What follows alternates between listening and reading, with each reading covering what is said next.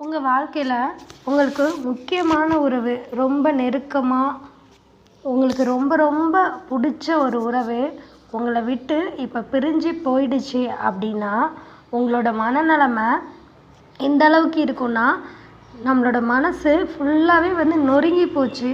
இனிமேல் அதை ஒட்டவே முடியாது. அது மட்டும் இல்லாமல், இதுக்கப்புறம் அவங்க இல்லாத வாழ்க்கை நம்மளுக்கு எதுக்கு? அப்படி ஒரு வாழ்க்கை நம்மளுக்கு தேவையா? அவங்க இல்லாமல் நம்ம லைஃப்பில் என்ன பண்ண போகிறோம்? ஸோ அவங்களோட ஞாபகங்கள், அவங்க இல்லாத அந்த இடம், இதெல்லாம் எப்படி ஃபுல் அண்ட் ஃபுல் மாறப்போகுது? இல்லை நம்மளால் இதை மறக்க தான் முடியுமா? அப்படின்னு நினச்சி உங்களுக்கு ஏகப்பட்ட குழப்பம் மனசில் இருக்க தான் செய்யும். அது மட்டும் இல்லாமல் அந்த இடத்துல நீங்கள் ரொம்பவே கஷ்டப்பட்டு துடிச்சு போயிடுவீங்க. ஒரு ஸ்டேஜில் வாழ்க்கையை கூட ஒரு சில பேர் வெறுத்து போயிடுவாங்க. ஸோ இப்படிப்பட்ட நேரத்தில் தான் நீங்கள் ரொம்ப ரொம்ப கேர்ஃபுல்லான ஒரு முடிவை எடுக்கணும். ரொம்ப தெளிவான முடிவை எடுக்கணும். ஒரு சில பேர் வாழ்க்கைலாம் பார்த்திங்கன்னா அந்த இடத்துல முடிகிறது கிடையாது.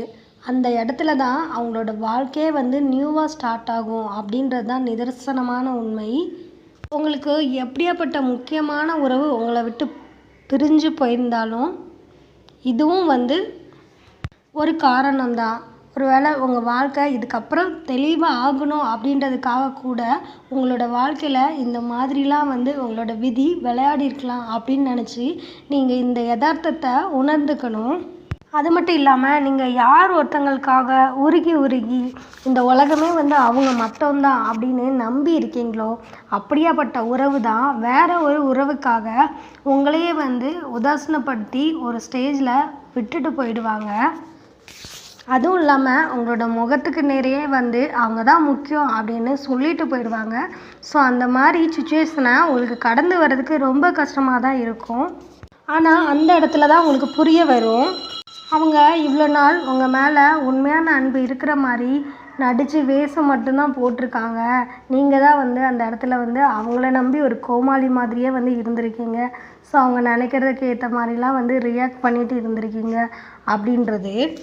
அது மட்டும் இல்லாமல் அந்த கேட்டகரியில் உள்ளவங்க இன்றைக்கி ஒரு உறவுக்காக அவங்கள உதாசீனப்படுத்துகிறாங்க அப்படின்னா, இதே மாதிரி நாளைக்கும் பண்ண மாட்டாங்க அப்படின்றது எந்த ஒரு நிச்சயமும் இல்லாத ஒரு விஷயம். ஸோ அதுக்காக நம்ம கலங்கி போயெல்லாம் நம்மளோட வாழ்க்கையில் நின்றக்கூடாது. அப்படியேப்பட்டவங்க கிட்டேருந்து விலகி நம்ம தான் கொஞ்சம் தூரமாக வந்துடணும். அதுதான் நம்மளோட வாழ்க்கைக்கு நம்மளுக்கு நல்லதாக இருக்கும். முடிஞ்ச வரைக்கும் உங்களோட ரகசியங்கள் அப்படின்னு ஒரு சில விஷயங்கள் வச்சுருப்பீங்க உங்களுக்குள்ளேயே. அதை தயவு செஞ்சு யார்கிட்டையும் சொல்லாதீங்க. ஏன்னா அப்படி சொல்கிற டயத்தில் அவங்கக்கிட்ட உங்களோட சுதந்திரத்தை நீங்கள் இழந்துருவீங்க. ஏன்னா ஒரு ரகசியத்தை ஒருத்தங்களை நம்பி சொல்கிறோம். ஸோ அவங்க மனசுக்குள்ளேயே வச்சுப்பாங்களா, இல்லைனா யார்கிட்டையாவது சொல்லிடுவாங்களா, இல்லை சொல்லியிருப்பாங்களா, இனிமேல் ஏதாவது ஒரு கட்டத்தில் சொல்லிடுவாங்களா, அதனால் நம்ம லைஃப்பில் வேறு ஏதாவது பிரச்சனை வந்துடுமா அப்படின்ற ஒரு மனக்குழப்பத்துக்கு நம்மளை ஆளாக்கிடும். ஸோ அதனாலேயே முடிஞ்ச வரை உங்களோட ரகசியங்கள் உங்களுக்கு மட்டுமே பொக்கிஷமாக இருந்துட்டு போட்டும். நம்மளோட மனசை ரணமாக்கக்கூடிய வார்த்தைகளும், நம்மளோட மனசை உடச்சி பார்க்கணுன்னு நினச்சி பேசுகிற வார்த்தைகளும் பார்த்திங்கன்னா, நம்ம எவ்வளோ தான் வார்த்தைகளை அதிகமாக பேசுகிற ஆட்களாக இருந்தாலும் சரி தான், நல்லா ஜாலியாக எப்போவுமே ஒருத்தங்கக்கிட்ட யாரையுமே விடாமல் சிரித்து பேசுகிற ஆட்களாகவே இருந்தாலும், எவ்வளோ பெரிய வாயாடியாக இருந்தாலும் நம்மளோட வாயவே அடைச்சிற சக்தி அந்த விஷயங்களுக்கு மட்டும்தான் இருக்குது. நம்மளுக்கு எந்த ரிலேஷன்ஷிப்பாக இருந்தாலும் சரி, ஒரு வித நட்பாக இருந்தாலும் சரி, அந்த இடங்கள் எல்லாத்துலேயுமே பார்த்திங்கன்னா நம்ம ஒரு வகையான டிஸ்டன்ஸ் மெயின்டைன் பண்ணால் மட்டுமே அது நம்மளுக்கு நீடிக்கும் அப்படின்றதான் நிதர்சனமான உண்மை. ஏன்னா ஒரு சில பேர் நம்மளுக்கு இந்த ரிலேஷன்ஷிப் ரொம்ப நல்ல விஷயம், நம்மளுக்கு ரொம்ப பிடிச்சிருக்கு அப்படின்றனால ரொம்ப நெருங்கி போகிறதுனால பார்த்திங்கன்னா கண்டிப்பாக அதில் ஒரு நாள் இல்லை ஒரு நாள் ஒரு விரிசல் வந்துடும். ஆனால் நம்ம விரிசல் வரணும்னு நினச்சி பழக மாட்டோம், பேச மாட்டோம்.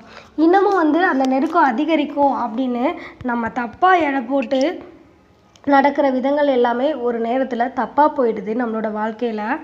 இந்த மாதிரி ஒரு சுச்சுவேஷனை உங்கள் லைஃப்பில் நீங்கள் கடந்துருந்தீங்க அப்படின்னா மறக்காமல் கமெண்ட் பாக்ஸில் கமெண்ட் பண்ணுங்கள். நம்ம கோபத்தில் எடுக்கக்கூடிய வார்த்தைகளும் சரி, விவாதங்களும் சரி, என்றைக்குமே நம்மளுக்கு ஆபத்து தான். அந்த மாதிரியான முடிவுகள் பார்த்திங்கன்னா ஒருத்தங்க நம்மளை தப்பாக நினைக்கிறதுக்கு முழுக்க காரணமாயிடும். அது மட்டும் இல்லாமல் சொல்ல முடியாத விஷயங்கள் உங்கள் மனசுக்குள்ளே இருந்துச்சு அப்படின்னா அது எல்லாமே தனியாக உட்காந்து அழுதுருங்க.